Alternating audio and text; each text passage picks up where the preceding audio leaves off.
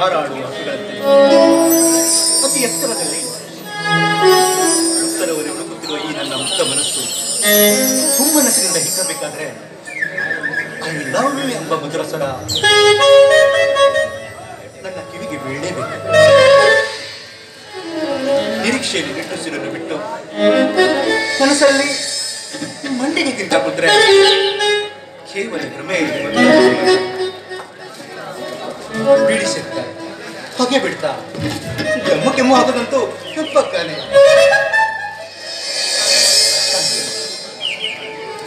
ಕಣ್ಮುಚ್ಚಿದ್ರು ನಿನ್ನೆ ಕಂಡಿದ್ದು ನಿದ್ದೆಗೆ ಶಾರ್ದ್ರು ಕೂಡ ಈ ನನ್ನ ಮನಸ್ಸನ್ನು ಅತಿಕ್ರಮಿಸಿ ಮೋಹವಾದ ಹೊಗೆ ಚೆಲ್ಲಿ ನೀನು ನನ್ನ ಜೊತೆ ಸಲಿಗೆಯಿಂದ ಇದ್ರೂ ಕೂಡ ನಿನ್ನ ಈ ಕಣ್ಣುಟ್ಟಕ್ಕೆ ಮೌನವಾಗ್ತಾ ಇದೆ ಕಣ್ಣು ಮಾತು. ಪ್ರೀತಿ ಅಮರು ಏರಿದವನ ಕದಲು ಮಾತು ಅದು ಕೂಡ ತುಂಬಾ ಕಷ್ಟನೇ. ಪ್ರೀತಿನೇ ಹಾಗೆ ಹತ್ರದಲ್ಲಿದ್ದು ಉತ್ತರವನ್ನು ಹುಡುಕ್ತಾ ಪ್ರಶ್ನೆ ಕೇಳ ಇಲ್ಲ. ಇವತ್ತು ಹೇಗಾದ್ರೂ ಕಟ್ಟಿ ಧೈರ್ಯ ಮಾಡಿ ನನ್ನ ಮನದಾಳದಲ್ಲಿ ಅಡಗಿಟ್ಟ ಪ್ರೇಮ ಪಕ್ಷಿನ ಕಾಂಚನಾಳ ಹೃದಯದ ತೂಡಲ್ಲಿ ಬಿಟ್ಟು ಭಾವನೆಗಳ ವಿನಿಮಯ ಮಾಡಿಕೊಳ್ಳಬೇಕು. ಸುಂದರಿ ಸುಂದರಿ ಸುಂದರಿ. ಏನೋ ಇದೆಲ್ಲ ನಿನ್ನ ವಿನಿಮಯ ವಿಮರ್ಶೆ, ಕೈಯಲ್ಲಿ ಬೇರೆ ಹೂಗುಚ್ಚ, ಮತ್ತೆ ಏನೂ ಇಲ್ಲ. ಆಗಬೇಕಾದದ್ದು ಏನಿಲ್ಲ. ಅದು ಆಗಬೇಕಾದದೆಲ್ಲ ಅರ್ಧಕ್ಕೆ ನಿಂತು ದೇಹಕ್ಕೆ ಧಕ್ಕೆ ಆಗಿದೆ ಅಷ್ಟೇ. ಅದಕ್ಕೊಂದು ಸರಿಯಾದ ಪರಿಹಾರ ಕಂಡುಹಿಡಿದು ಮುನ್ನುಗ್ಲೇಬೇಕು ಅಂತ ದಾರಿ ಹುಡುಕ್ತಾ ಇದ್ದೆ. ಸರಿಯಾದಕ್ಕೆ ಸಮಯಕ್ಕೆ ನೀನೇ ಬಂದಿದ್ದೀಯ. ಸ್ವಲ್ಪ ಕಣ್ಮುಚ್ಕೊತೀಯ? ನಾನ್ ಕಣ್ಮುಚ್ಬೇಕಾ? ಆಗಲ್ಲಪ್ಪ, ಪ್ಲೀಸ್ ಕಣೆ. ಆಗಲ್ಲ ಕಣ. ಮುಚ್ಕೊತೀಯ ಅಲ್ವಾ? ಮುಚ್ಚಲ್ಲ ಕಣ. ಪ್ಲೀಸ್ ಕಣೆ. ಸರಿ. Is love Priya Priya is love. ಈಗ ಚೆನ್ನಾಗಿ ಕಣ್ಸರಿದು ನೋಡು.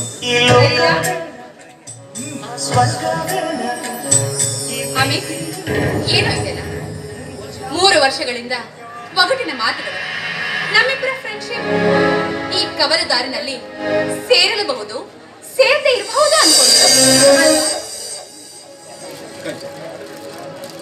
ನಮ್ಮ ಯೋಚನೆಗಳು ನೇರವಾಗಿದ್ರೆ ಎಲ್ಲಿ ಅಥವಾ ನನ್ನನ್ನು ಬಿಟ್ಟು ಇರೋದಕ್ಕೆ ನಿನ್ನಿಂದನೂ ಆಗ್ತಾ ಇಲ್ಲ ಅಲ್ವಾ? ಇದು ಮಾತ್ರ ನಿಜ ಹೇಳಿದೆ. ನಿನ್ನಂತ ಹುಚ್ಚನನ್ನ ಬಿಟ್ಟಿರೋಕೆ ಹೇಗ್ ಸಾಧ್ಯ ಹೇಳು? ಹಾಗಾದ್ರೆ ಮನಸ್ಸಿನ ಭಾವನೆಗಳನ್ನು ಹೇಳ್ಕೊಳ್ಳೋದಕ್ಕೆ ಇದೇ ಸರಿಯಾದ ಸಮಯ ನೋಡು. ನಾಚಿಕೆ ಪಟ್ರೆ ಬಯಸಿದೆಲ್ಲ ವೇಸ್ಟ್ ಆಗುತ್ತೆ. ಅಯ್ಯೋ, ಇದರಲ್ಲಿ ನಾಚಿಕೆ ಪಟ್ಕೊಳ್ಳೋದೇನೋ? ನಾನು ನಿನ್ನ ಹತ್ರ ಮಾತಾಡ್ಬೇಕಂತಾನೆ ಅಲ್ಲಿಂದ ನಿನ್ನ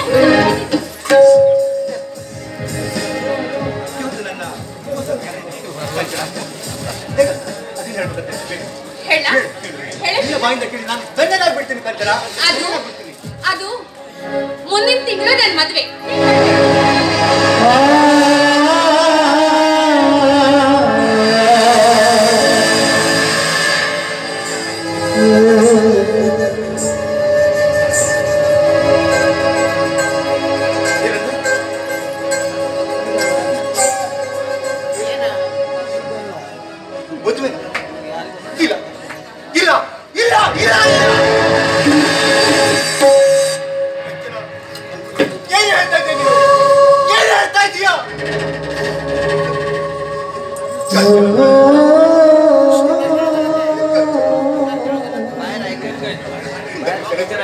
ನನ್ನ ಕನಸಿನ ಗೋಪುರವನ್ನೇ ಒಂದು ವರ್ಷ ಮಾತನಾಡಲು ಅವಕಾಶ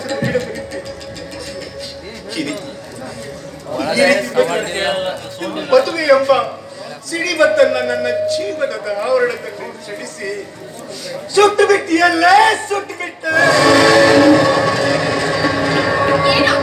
ಏನಿದೆಯಲ್ಲ, ಏನ್ ಹೇಳ್ತಾ ಇದೀಯಾ?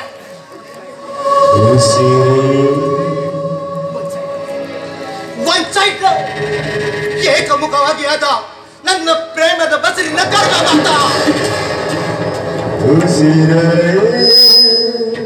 ನನ್ನ ದೇಹಕ್ಕೆ ಆಘಾತ,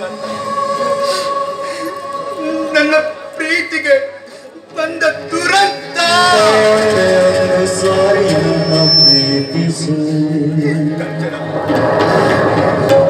ನನ್ನ ಮನದಾಳದಲ್ಲಿ ಕಾಂಚನ ಎಂಬ ಪ್ರೇಮ ಬೀಜವನ್ನು ಬಿತ್ತೆ,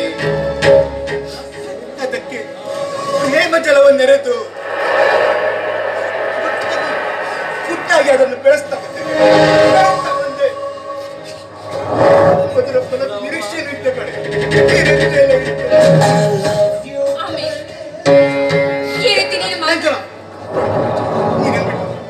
ಬಿಟ್ಟು ನಾನು ಇರೋಕ್ಕಾಗಲ್ಲ. ಬಿಟ್ಟು ಹೋಗ್ಬೇಡ. ತಪ್ಪಾಗೋಯ್ತು, ಮೌನ ಮಾತಾಡ್ದೆ ತಪ್ಪಾಗೋಯ್ತು.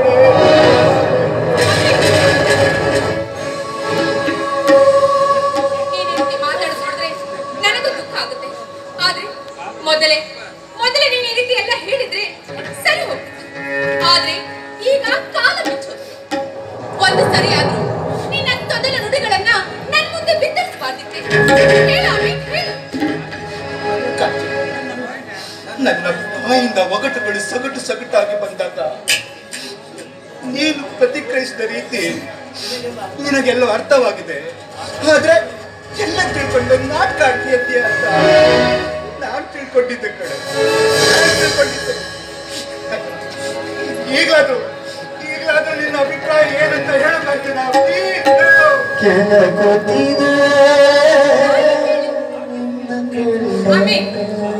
ಈಗಲೂ ನೀನು ಫ್ರೆಂಡೇ, ಒಂದು ಫ್ರೆಂಡೇ. ಯಾವಾಗ್ಲೂ ನನ್ನ ಒಳ್ಳೆ ಬೆಸ್ಟ್ ಫ್ರೆಂಡ್ ಆಗಿರ್ತೀಯ ಅಷ್ಟೇ. ನನ್ನ ಆಸೆ ಸೂತ್ರವಿಲ್ಲದ ಗಾಳಿಪಟವಾದ್ರೆ ಅನೇಕ ಆಸೆಗಳನ್ನು ಹೊತ್ತ ಈ ದೇಹ ಹರಿದು ಯಾವ ದಿಕ್ಕು ತಲುಪುತ್ತೋ ನೀನು ಸೂತ್ರವಾದ್ರೆ ಮಾತ್ರ ಬದುಕು. ಇಲ್ಲವಾದ್ರೆ ಈ ಸೂತ್ರವಿಲ್ಲದ ಗಾಳಿಪಟ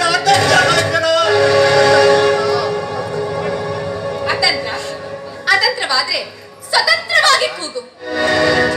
ನೀನು ಕೂಗುವ ಕೂಗಿಗೆ ಬಂಡೆಗಳೇ ಕರಗಬೇಕು, ಕಟುಕನು ಮಲಗಬೇಕು, ಕುರುಡನು ಸಹಿತ ಕಣ್ಣು ತೆರೆದು ನೋಡಬೇಕು, ಮೂಗನು ಮಾತಾಡಬೇಕು. ಹೇಳು, ಕೂಗು, ಕೂಗಿ ಹೇಳು.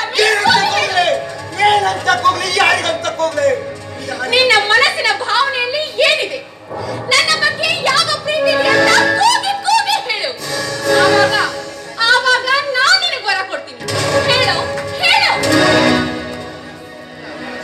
ಏನಂತೆ? ಏನು ಅಂದೆ? ನೀನು ಕೂಗುವ ಕೂಗಿಗೆ ನಾನು ವರ ಕೊಡ್ತೀನಿ ಅಂತ. ಕೂಗು, ಇನ್ನು ಕೂಗು.